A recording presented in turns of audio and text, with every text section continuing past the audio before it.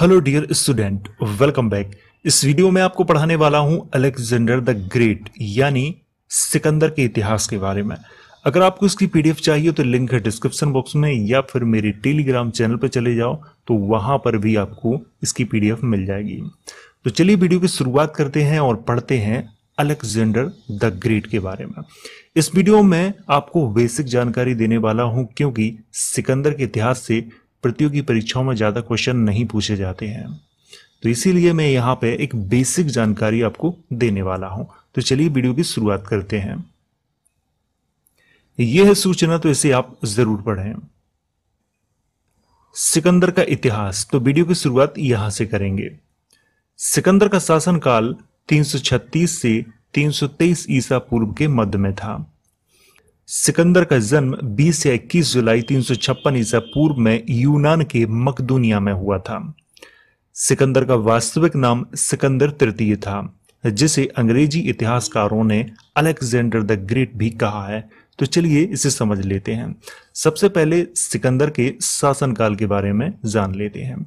तो सिकंदर का जो शासनकाल था वो 336 ईसा पूर्व से 323 ईसा पूर्व के मध्य में था, और सिकंदर का जन्म 20 या 21 जुलाई 356 ईसा पूर्व में यूनान के मकदूनिया में हुआ था।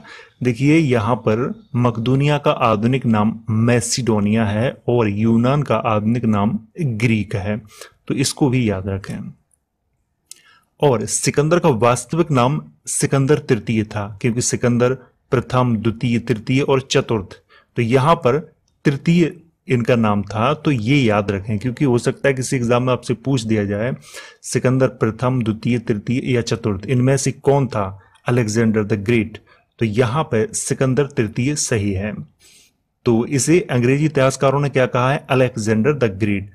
तो जितना मैंने हाईलाइट किया हुआ है तो इसे आप याद रखें।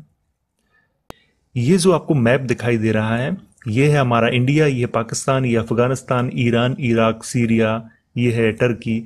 तो यहां पर ये जो रेड रेड आपको दिखाई दे रहा है, तो यहां पर सिकंदर का जन्म हुआ था।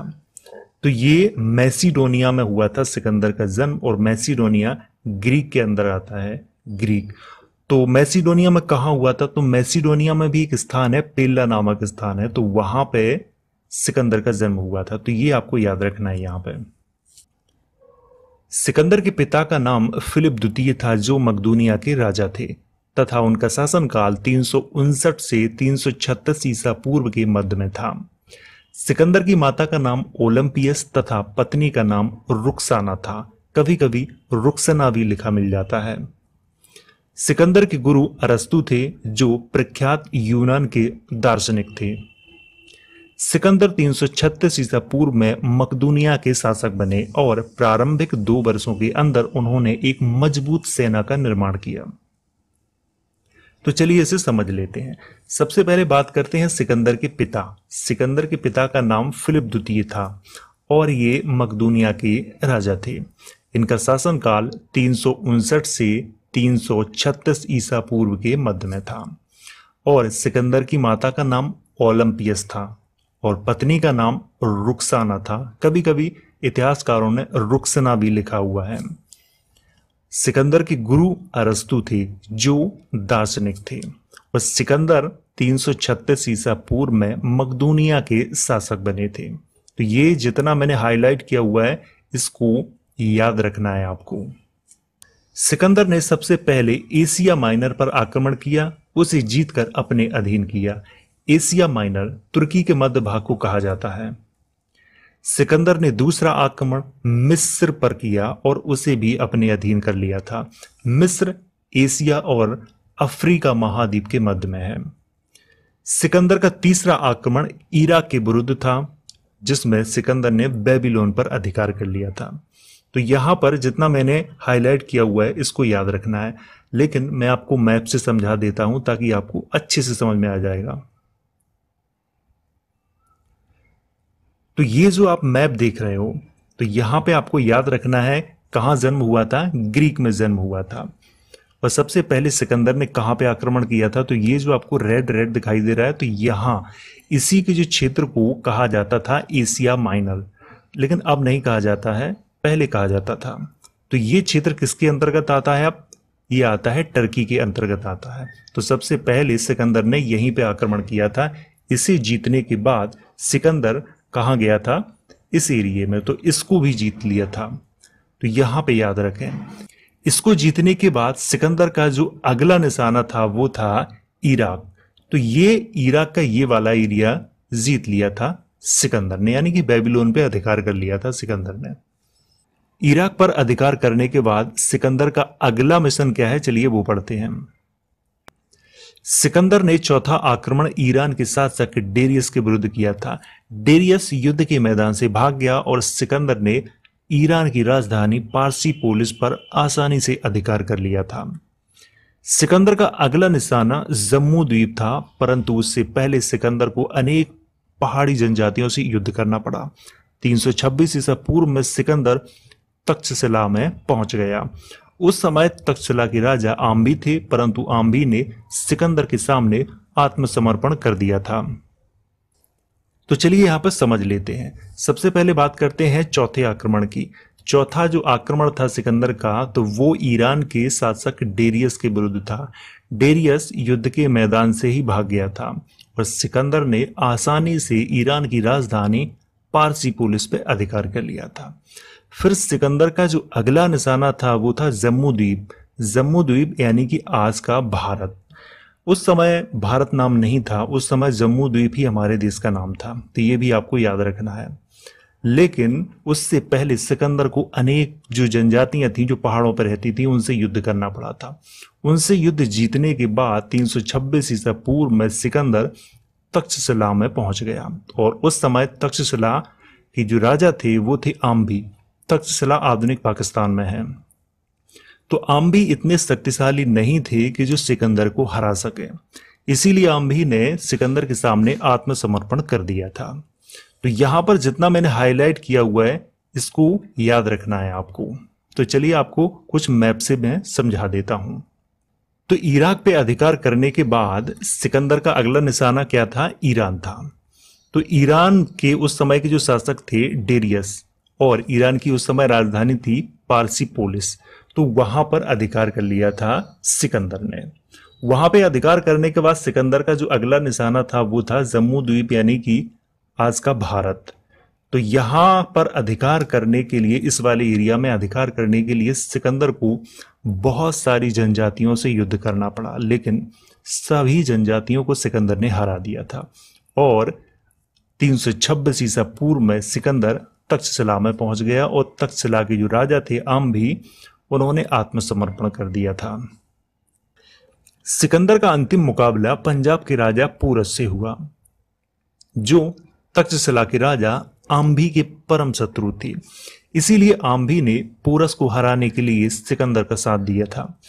पोरस ने सिकंदर के साथ युद्ध करने का निश्चय किया और विशाल सेना लेकर सिकंदर के सामने पहुंच गया। सिकंदर ने पोरस की विशाल सेना को देखकर कहा, आखिर वह भय मेरे सामने खड़ा है और मुझे ललकार रहा है। आज मेरा मुकाबला जंगली जानवरों जैसे असाधारण व्यक्तियों से हुआ है। तो यहां पर सिकंदर ने जंगली जानवरों जैसे असाधारण व्यक्तियों, ये किससे कहा था? क्योंकि पोरस की सेना में कुछ जो आदिवासी जो थे, जो पहाड़ियों पर रहते थे जनजातियां, तो उनके कुछ सैनिक थे, तो वो उस तरह के लगते होंगे। तो इसीलिए उन्हीं सैनिकों को देखकर सिकंदर ने कहा था कि मेरा मुकाबला जंगली जानवरों जैसे असाधारण व्यक्तियों से हुआ है। चलिए अब आगे पढ़ते हैं। तो ये है मैप और ये आपको रेड रेड दिखाई दे रहा है ये। तो यहीं पर सिकंदर और पोरस के मध्य में युद्ध हुआ था, झेलम नदी के किनारे, जिसे हाइडे स्पीच युद्ध के नाम से जाना जाता है। तो चलिए अब आगे पढ़ते हैं। सिकंदर और पोरस की सेनाओं के मध्य युद्ध हुआ। शुरुआत में पोरस ने सिकंदर को तगड़ी मात दी, परंतु अंत में बारिश होने लगी, जिसके कारण पोरस के हथियारों ने काम करना बंद कर दिया और सिकंदर की जीत का रास्ता साफ हो गया। कुछ समय में ही सिकंदर ने पोरस की सेना को हरा दिया।